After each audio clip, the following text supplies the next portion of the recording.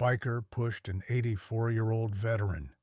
30 minutes later, a Black Hawk helicopter hovered over the bar. An 84-year-old man accidentally brushes a motorcycle with his jacket, apologizes immediately like the polite veteran he is, gets punched in the face anyway, and knocked to the ground while 20 people sit there sipping their beers and watching the show like it's entertainment. Before we start the story, write in the comments from which part of the world you're watching today. The punch landed with enough force to send 84-year-old Walter Briggs stumbling backward into the brick wall of Eddie's bar, his vision exploding into white stars as pain radiated through his weathered face. The paper bag of groceries he'd been carrying fell to the sidewalk, scattering bread and canned goods across dirty concrete, while a crowd of afternoon drinkers watched from the bar's outdoor seating area without moving to help or intervene. Walter's offense had been minimal. His faded army jacket had brushed against one of the motorcycles parked along the curb as he navigated the narrow sidewalk on his daily walk home from the corner store. The contact had been gentle enough that the bike had merely rocked slightly on its stand without falling, and Walter had immediately turned to apologize with the courteous instinct of someone whose generation had been raised to take responsibility for even accidental slights. "I'm sorry, son," Walter had said, his voice carrying the slight tremor that came with advanced age, but maintaining the dignity that decades of military service had instilled. "Didn't mean to touch your bike." The biker, a man in his 30s with elaborate tattoos covering both arms, and the kind of aggressive swagger that suggested he used intimidation to compensate for deeper insecurities, had interpreted Walter's apology not as courtesy, but as weakness, worthy of exploitation in front of his friends. "You think sorry fixes everything, old man? That's a $30,000 custom build you just put your dirty jacket against." Walter had started to respond with another apology, perhaps an offer to wipe down the chrome that his jacket had barely contacted. But the biker had decided that verbal humiliation wasn't sufficient entertainment for the audience of his fellow riders and bar patrons who were watching this confrontation unfold. The punch had come without warning, a straight right hand that caught Walter on the left side of his face, with enough force to send him reeling, despite the biker pulling the blow enough to avoid causing serious injury. The assault was calculated to humiliate rather than harm, designed to demonstrate dominance over someone who couldn't possibly fight back effectively. Walter slid down the wall and landed seated on the sidewalk, his aged body unable to maintain balance after the unexpected impact. Blood trickled from his lip where it had split against his teeth, and his hand shook as he tried to orient himself and process what had just happened to him on a simple walk home from buying groceries. The crowd's silence was perhaps more devastating than the assault itself. 20 people sat within 10 feet of where Walter had been struck, and not one of them stood to help or protest the attack. Some looked uncomfortable, others simply continued their conversations as if violence against elderly veterans was routine entertainment that didn't warrant interruption of their afternoon drinking. "That's what you get for not watching where you're going, Grandpa," the biker announced to his appreciative audience. "Maybe next time you'll keep your hands off other people's property." Walter slowly gathered his scattered groceries with movements that revealed how much the fall had jarred his aged joints. His bread had rolled into a puddle, now soaked and ruined.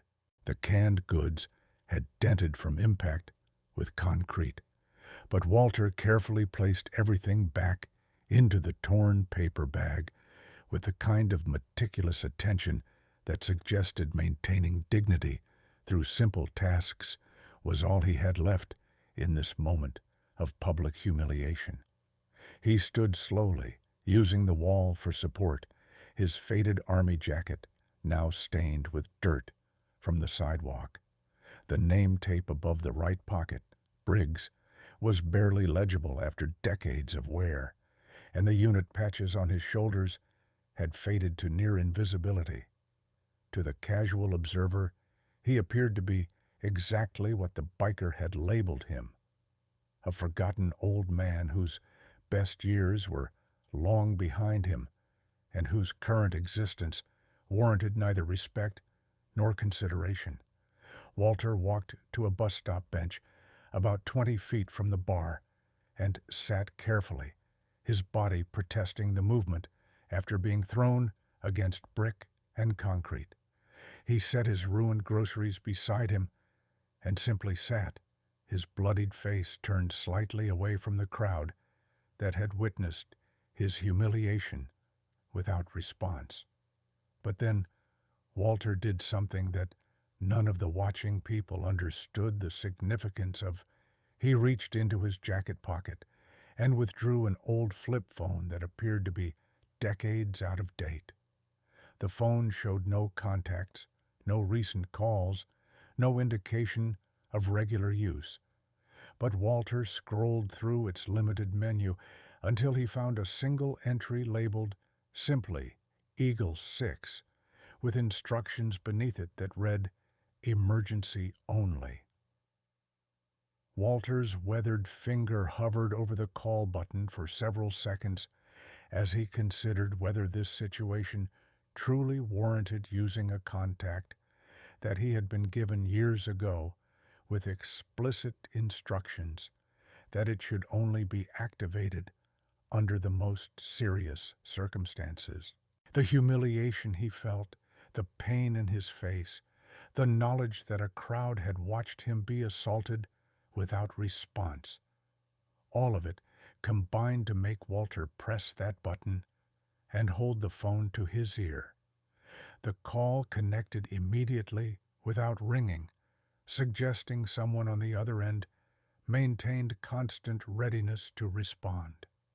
Walter didn't speak immediately, and neither did the person who answered. The silence lasted several seconds before Walter finally found his voice. "This is Eagle 1, Walter said quietly, using a designation he hadn't spoken aloud in over 15 years. "I need my boy." The response was immediate and professional. "Location?" "Corner of 5th and Madison, outside Eddie's bar." "Confirm extraction required?" Walter hesitated, then shook his head despite being on a voice call. "Negative. Just need him here." "Understood. Eagle 6 is wheels up in 90 seconds. Stay on location." The call ended, leaving Walter sitting on the bench with his ruined groceries while the bar crowd continued their afternoon drinking, and the biker who had assaulted him celebrated his dominance over an elderly victim with his appreciative audience. None of them noticed the old man checking his watch and settling into patient waiting mode that suggested he knew something they didn't about what the next few minutes would bring to this quiet street corner. 87 seconds after Walter ended his call, the distinctive sound of helicopter rotors began echoing through the downtown streets, growing louder with each passing moment, until it became impossible for anyone in the vicinity to ignore or dismiss as coincidental traffic. The deep thump of military-grade rotor blades created vibrations that rattled windows and set car alarms howling along 5th Street.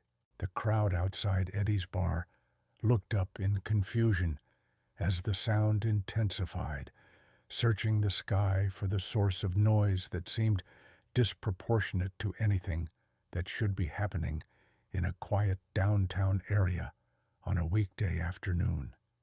Several people pulled out phones to record what they assumed would be interesting footage of a police or medical helicopter responding to some nearby emergency.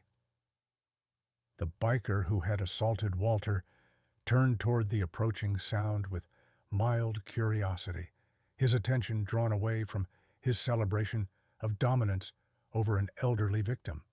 His expression shifted from curiosity to concern as the helicopter sound grew so loud that conversation became impossible, and the rotor wash began stirring up debris from the street. Walter remained seated on his bench, his bloodied face turned upward toward the approaching aircraft, his expression calm, despite the chaos that military helicopters inevitably created when operating in urban environments. He didn't move to protect himself from the debris being blown around by rotor wash, didn't shield his face from dust being kicked up from the street. He simply sat and watched with the patience of someone who had been in similar situations many times before. The helicopter that rounded the corner of 5th and Madison was immediately recognizable to anyone with military knowledge as a transport configured for rapid deployment of personnel rather than medical evacuation or general transportation. Its side doors were already open, and figures in tactical gear were visible, preparing for fast deployment even before the aircraft achieved stable hover. The pilot executed a precision hover directly above the intersection, maintaining position despite downtown buildings creating challenging wind conditions. The rotor wash was powerful enough to send outdoor furniture tumbling and force pedestrians to shield their faces, transforming the quiet afternoon into something approaching a combat zone in terms of noise and confusion. Even before the helicopter achieved stable hover, a black vehicle convoy was already pulling onto 5th Street from the north. 3 vehicles, moving in tight formation with the kind of aggressive driving that suggested official business rather than civilian traffic. The lead vehicle was a command car bearing military markings, followed by 2 transport vehicles that clearly contained additional personnel responding to Walter's emergency activation of his Eagle 6 contact. The biker's expression had shifted from curiosity to genuine alarm as he began to understand that the massive military response converging on this street corner might somehow be connected to the old man he had assaulted minutes earlier. Several of his fellow riders backed away from their motorcycles as if creating distance from the scene would somehow protect them from whatever was about to unfold. The helicopter maintained hover position while figures fast roped down from its open doors, 6 personnel in tactical gear executing deployment with the kind of practiced precision that suggested regular training in rapid response operations. They hit the ground in coordinated pattern and immediately established security perimeter around the intersection while the helicopter pulled away to orbit overhead. From the lead vehicle emerged a figure who commanded immediate attention, despite wearing relatively simple military fatigues rather than dress uniform. Commander Briggs was 42 years old, built with the lean muscle that came from maintaining combat readiness rather than pursuing bodybuilding aesthetics. His bearing suggested someone accustomed to command in situations where hesitation cost lives. But the most striking aspect of Commander Briggs's arrival was not his obvious military authority. It was the way his expression shifted from professional command mode to something far more personal the moment his eyes located Walter, sitting on the bench with blood on his face. The commander walked directly to Walter, ignoring everyone else on the street, including the crowd that had gathered to witness what was rapidly becoming the most dramatic event in this neighborhood's recent history. When he reached the bench, Commander Briggs dropped to one knee beside his father, with movements that suggested this gesture came from genuine respect rather than mere protocol. "Dad," the commander said quietly, his voice carrying undertones that mixed concern with barely controlled anger about whatever had happened to put his father in this condition. "I came as fast as I could." Walter's weathered hand reached out to touch his son's shoulder, with the kind of gentle contact that fathers used when reassuring children, despite being the ones who needed reassurance. "I'm okay, son. Just needed you here." The commander's eyes scanned his father's face, cataloging the split lip, the bruising that was already forming on the left side, the dirt on his jacket from being knocked down. His jaw tightened as he processed what these signs indicated about what had transpired before his arrival. "Who did this?" The commander's voice remained quiet, but carried undertones that made everyone within hearing distance understand that this question demanded accurate answer rather than evasion or excuses. The silence that followed was profound, despite the helicopter still orbiting overhead and the idling military vehicles.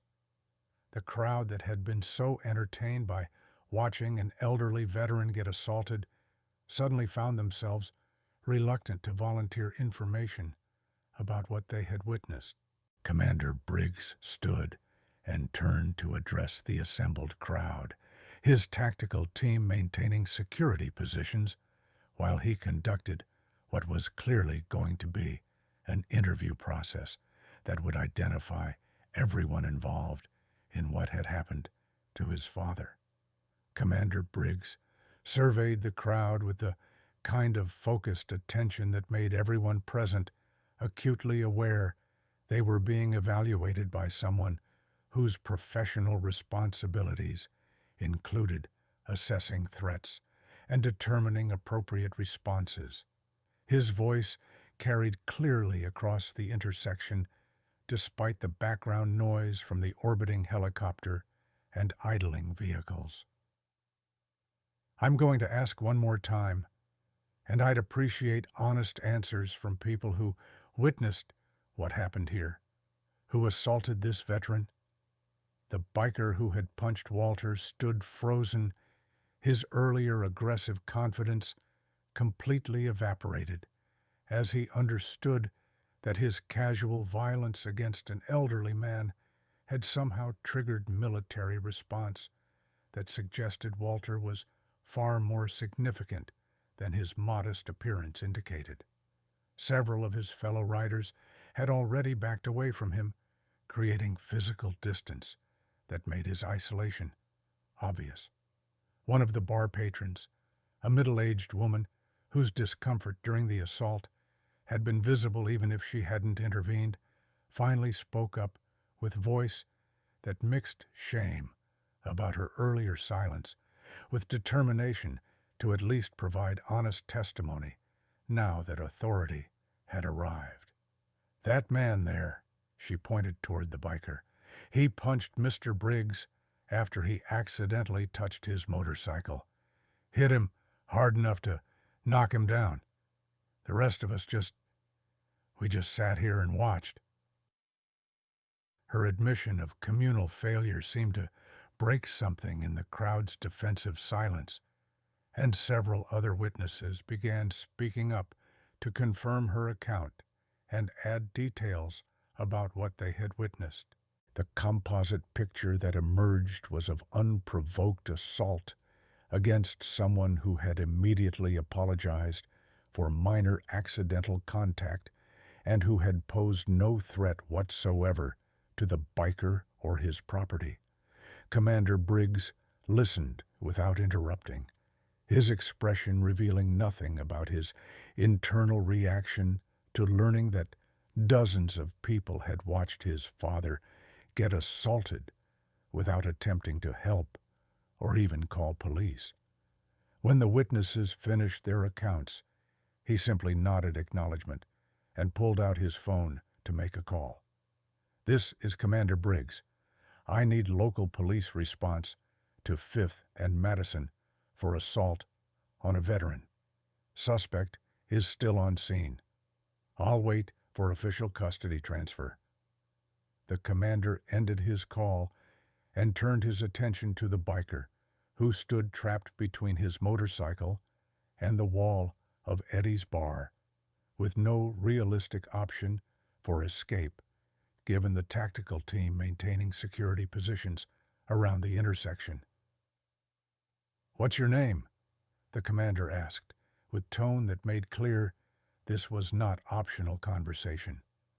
Kyle Henderson." The biker's voice had lost all its earlier aggressive confidence, replaced by the uncertain tone of someone who had just realized he'd made a catastrophic error in judgment. "Mr. Henderson, in approximately 3 minutes, local police are going to arrive and arrest you for assault. You'll be processed through the justice system, according to standard procedures. But before that happens, I want you to understand exactly who you attacked today." Commander Briggs gestured toward Walter, who remained seated on the bench, watching this unfold with the same calm patience he had shown throughout the entire incident. "That man is Sergeant Walter Briggs, United States Army, retired after 32 years of service. He completed 3 combat deployments: Desert Storm, Kosovo, and Iraq. He worked as a combat engineer under conditions that would break most people, clearing mines and improvised explosives that protected convoys, carrying supplies that kept thousands of soldiers alive." The commander's voice intensified slightly, despite maintaining professional control. "He's been awarded 2 Bronze Stars, the Purple Heart, and commendations that I'm not authorized to discuss because portions of his service remain classified decades after he retired. And today, he was walking home from buying groceries when you decided to assault him because his jacket touched your motorcycle." The approaching police sirens provided audio backdrop to the commander's statement, and several members of the crowd who had watched Walter get assaulted began showing visible signs of shame about their complicity through silence. The middle-aged woman who had first spoken up approached Walter with tears on her face. "Sir, I'm so sorry. I should have helped you. I should have said something." She pulled a clean handkerchief from her purse and offered it to Walter for his split lip. Walter accepted the handkerchief with quiet courtesy. "Thank you, ma'am. Not your fault what happened." But his gentle absolution seemed to make her feel worse rather than better, and she turned to the rest of the crowd with voice that mixed anger and shame. "We all just sat there. We watched someone assault a veteran, and we did nothing." Her outburst triggered visible reactions throughout the crowd. Some people looked away in shame. Others began speaking quietly among themselves about their failure to respond. And several individuals approached Walter to offer their own apologies for remaining silent during his assault. When police arrived and took custody of Kyle Henderson, loading him into their vehicle while reading rights and processing preliminary charges. The crowd had transformed from passive spectators into something approaching an impromptu memorial gathering as people recognized that they had witnessed and failed to prevent something shameful. Commander Briggs spent several minutes speaking with his father privately, while his tactical team maintained respectful distance. Whatever conversation passed between them ended with Walter patting his son's arm and standing to indicate he was ready to leave the scene. But before departing, Commander Briggs addressed the assembled crowd one final time. "My father doesn't seek recognition or special treatment. He did his job for over 3 decades and then came home to live quietly among you. The only thing he ever asked was basic respect that any human being deserves. Remember that the next time you see someone who needs help and you're deciding whether it's your business to get involved." As the military vehicles departed and the helicopter's sound faded into the distance, the crowd remained gathered on the sidewalk, many of them now sharing stories about the quiet veteran they had seen walking past Eddie's bar for years without understanding who he was or what he had sacrificed during his decades of service. Video of the incident appeared online within hours, spreading rapidly as viewers learned the story behind the elderly man on the bench. Local news interviewed witnesses, with the woman from Eddie's bar tearfully admitting, "We all failed him. Sergeant Briggs served our country for over 30 years, and when he needed us, we did nothing." Reporters discovered Walter's service record: Bronze Stars, Purple Heart, classified commendations from 32 years protecting others. The quiet veteran who walked past Eddie's bar daily had never shared his history with neighbors who now felt profound shame about their silence. 5 days later, over 2,000 people gathered downtown for a ceremony honoring Walter. Commander Briggs stood at the podium. "My father never raised his hand in anger. He didn't need to fight back because his entire life has been his response to violence. For 32 years, he served by building and repairing and clearing paths so others could walk safely." The mayor renamed the plaza Briggs Field. Citizens lined up for over an hour to shake Walter's hand and apologize personally. The woman from Eddie's bar told him she'd started volunteering at the Veterans Support Center, determined to ensure other veterans received proper respect. Days later, a letter arrived from jail. "Sergeant Briggs, I don't expect forgiveness, but if you're willing to meet with me, I'll listen to whatever you want to say. I need to understand what I did." Kyle Henderson. Walter sat across from Kyle Henderson in the detention center. Kyle looked different without his intimidating biker appearance, just a 34-year-old man showing genuine remorse. "Why did you do it?" Walter asked. "The real reason." Kyle's composure cracked. "My father was a Vietnam veteran. He came home broken, drank himself to death when I was 16. I grew up hating the military because I thought it destroyed him." Walter nodded with understanding. "So you've carried anger for 18 years, and when you saw my army jacket, that rage came out. But you didn't know my story because you didn't want to know. Your father probably came home with trauma nobody understood how to treat. He probably died thinking nobody cared. But you can't undo his suffering by punching old men. What you can do is make sure other veterans get the help your father never received."